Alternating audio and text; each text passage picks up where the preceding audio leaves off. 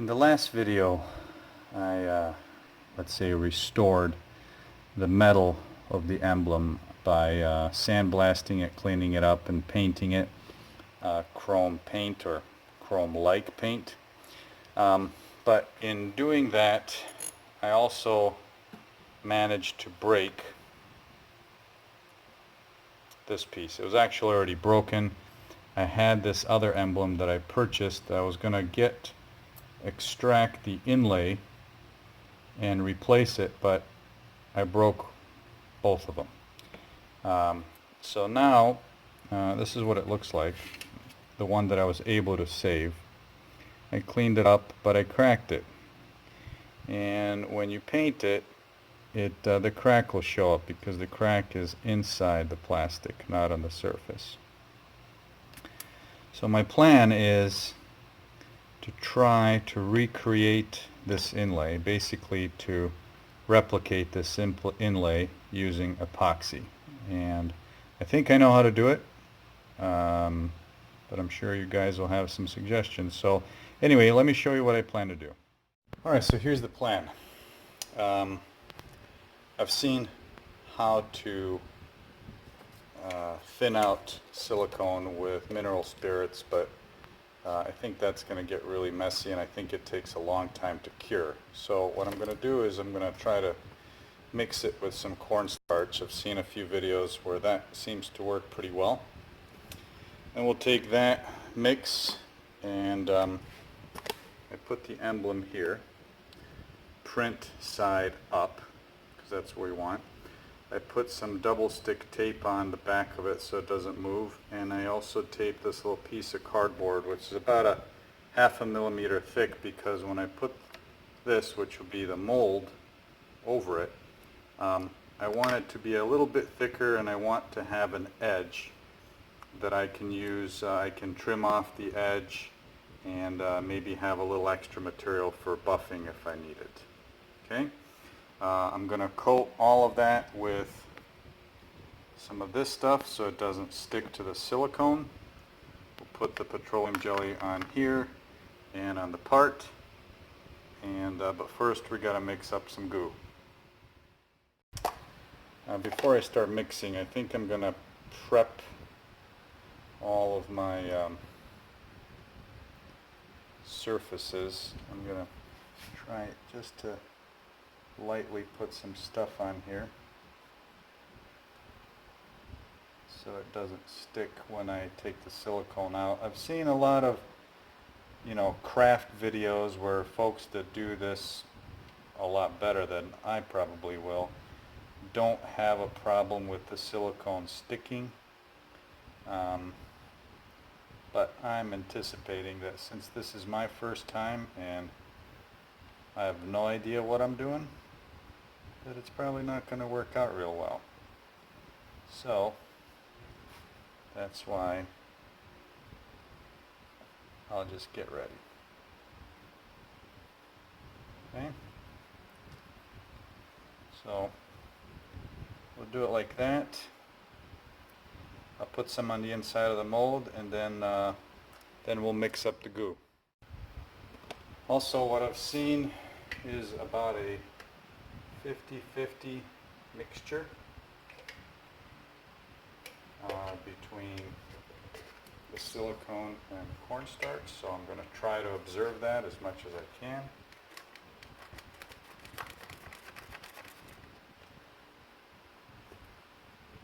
And let's just see how this turns out.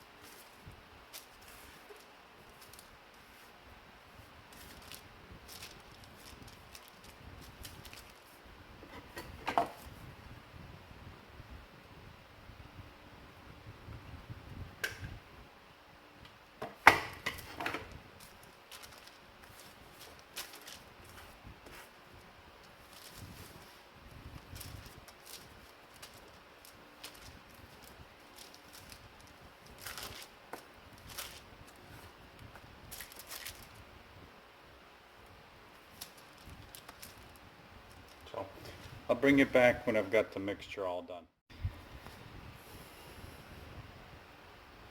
But so after about 5 minutes of kneading this stuff and yeah, getting it all over, you can finally gets to the point where it's not sticking to me like this stuff did. So learning curve there. So I'm going to try to kind of get it smooth on this part here, and then that's the part that I want to go directly onto the master. So let's just see how it works.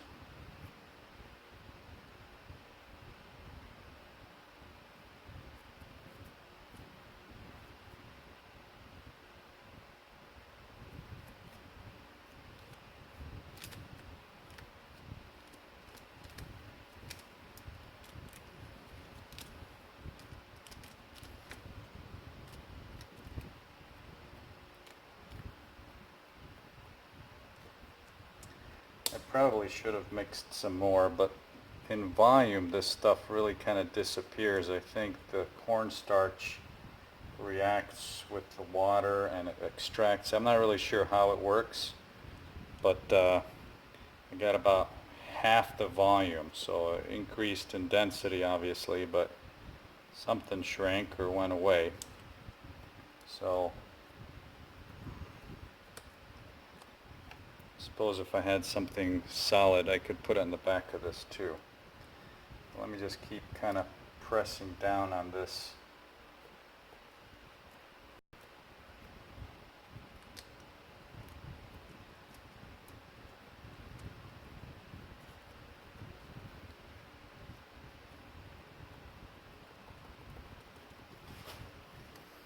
The other thing that I've seen is most people will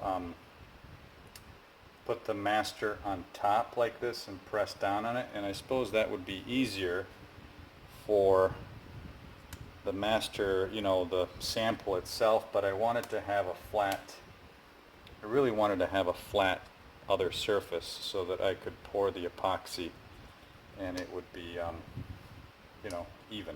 So let me finish this up and I'll bring it back when it's time to demold.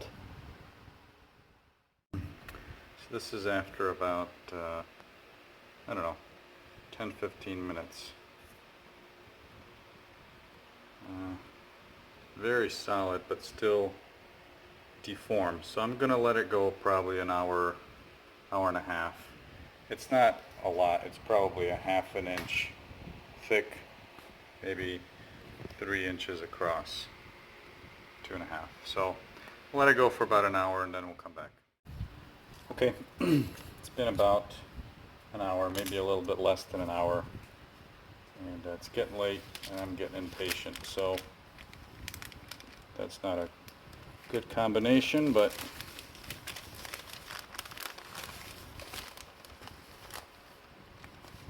let's see what we can find. See.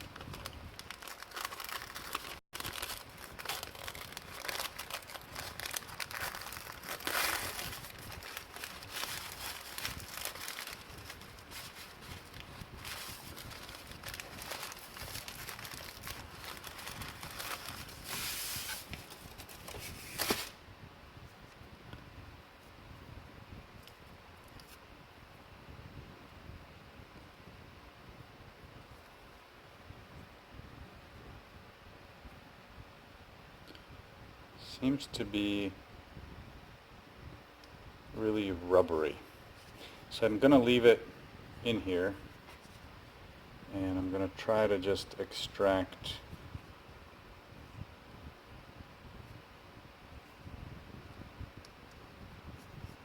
the piece. Well, the whole thing's coming out, so it doesn't really matter, but Vaseline worked really well. Nothing stuck to the inside. This is flat, so we got it all the way down to the base.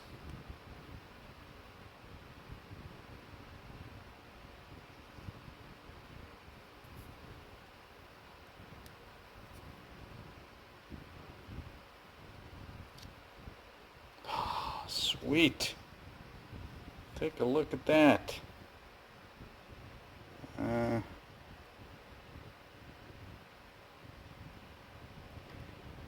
Yeah, in fact, this is so sensitive that some of the Vaseline that I used on the inside here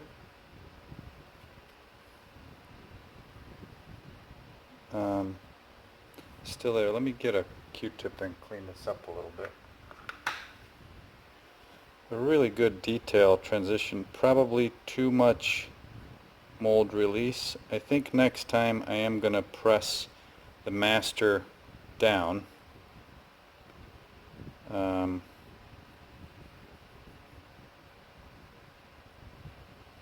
Just to make it a little cleaner and so that I can see the detail, but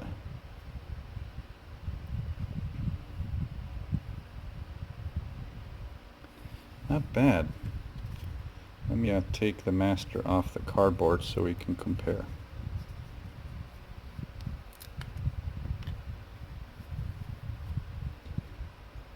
Double stick tape.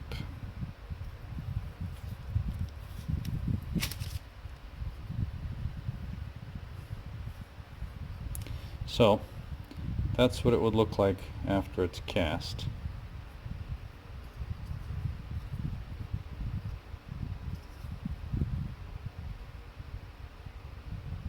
The P could use a little bit more detail, as could the E's. So not too bad. I'm going to do this a couple more times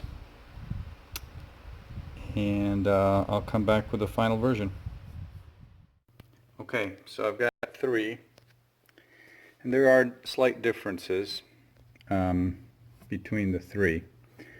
The main thing is that this one, you won't pick it up on the camera, but the bottom surface is nice and glossy, and these two are not. This particular one has a really good definition on the Jeep, and but it's not super deep. This one looks pretty good. The edges are a little rough, but that's going to get sanded back and flat and polished. And this one, the E is a little bit screwed up. So now I'm going to mix up the epoxy and pour it and see how we go. Okay, according to the instructions, this is a 1-to-1 mixture. So that's what I'm going to try to do.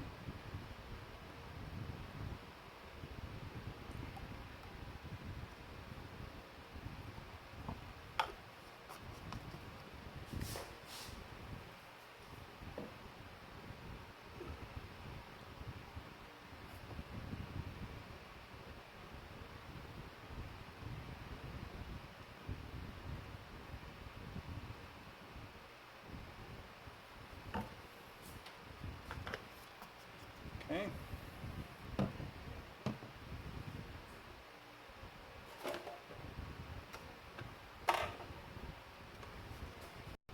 And I'm going to mix them in here, and I'll show you what that looks like, I guess. I wasn't prepared, and I probably am going to use a little bit too much of this stuff, but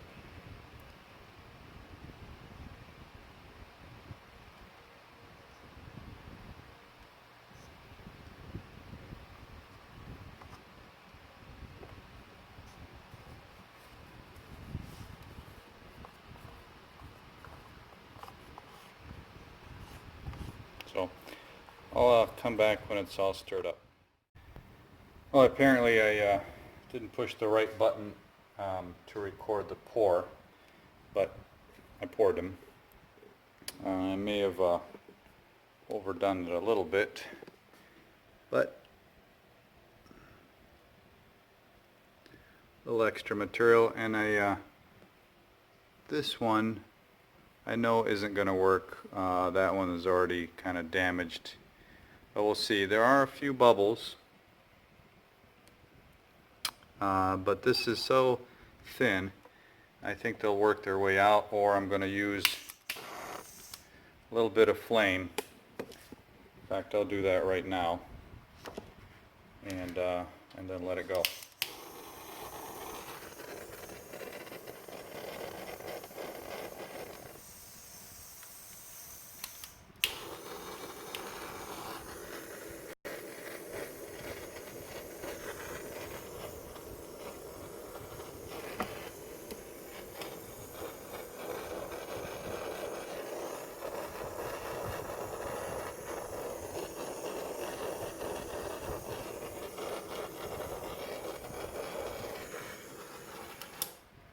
Okay, so that's it. Now this stuff says it's a 24-hour cure for tacky, and I put them in here so that dust doesn't get in them. So see you in a while. So after about 18 hours, here's what it looks like. You can see still some deflection, not fully cured. Remember, epoxy, small batches or small thin sections of epoxy it will cure. It'll take longer. Now this is the excess from the pour. There's about ½ an inch on here, and this is super done because it's you know, epoxy will cure, and the more mass there is, the more heat it generates, and it cures faster. So according to the Easy Cast instructions, this will take 24 hours to tack and up to 72 hours to cure fully. So for sure I'm going to leave it at least 24 hours, but for sure it is not fully cured. Let me see if I can get that in focus for you.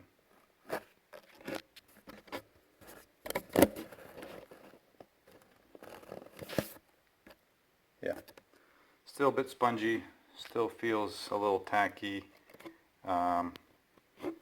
So yeah, and given that this is going to be probably the A surface, don't want to mess with any of it. So yeah, it can be polished, but it's super glossy right now, and I'd like to be able to preserve this finish if I can. So we'll let it go, see how it turns out. Alright, it's been just over 24 hours and pretty hard. So I'm going to try to demold. Never done this before, so let's see how this works. Let me move you over here.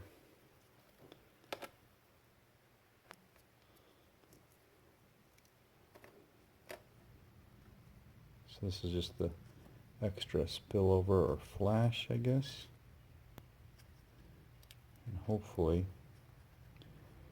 we won't destroy the mold. If not, if we screw it up, it's okay. We'll just do it again.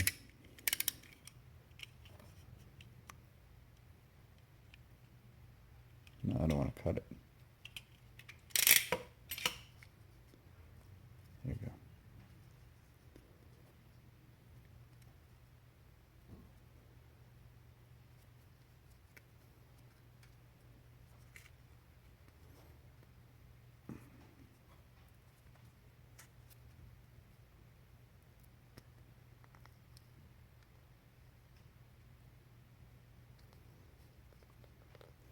This is the mold that had the E that wasn't quite right. So, nice and shiny still, mold stayed. I bent this a little bit, but sweet. That's going to clean up really nicely. Alright, I wanted to make a better mold. So the original's in there. This is a pourable mix rubber with a catalyst hardener. Bought it at the Hobby Lobby. There's probably a better version on Amazon, but instant gratification got the better of me. Seeing how the other two molds worked, I wanted to make a better one. Alright guys, well, it's been a couple weeks and I've neglected a few things. I made a couple extra molds. I used Pourable silicone, which worked out a lot better. I got a lot better definition and detail, as you can tell. And they're a lot more durable. In fact, this one is the one that I used with cornstarch, and I just demolded and it separated here. So that's no good anymore, unfortunately. But these worked out really well. And this sampling of the parts that they make. Straight off the mold, not trimmed obviously, not cleaned or anything like that.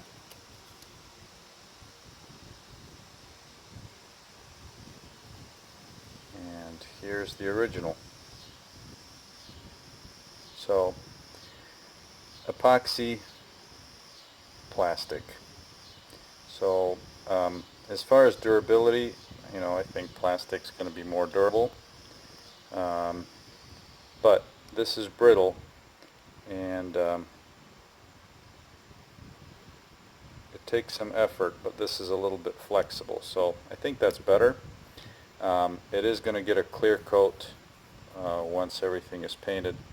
And so the next step is to turn it around and start putting some paint in areas that need to be painted. So I'm not going to show that in this video, maybe for another. This has gone on way too long, but I am supremely happy with how things turned out. A couple of, you know, side steps along the way.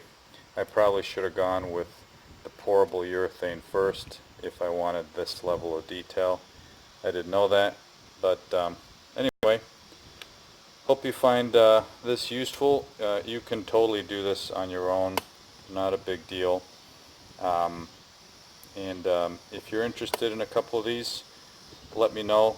This is not a business for me. I don't intend to be mass producing these, but if there's enough of a need, I could make 10 or so.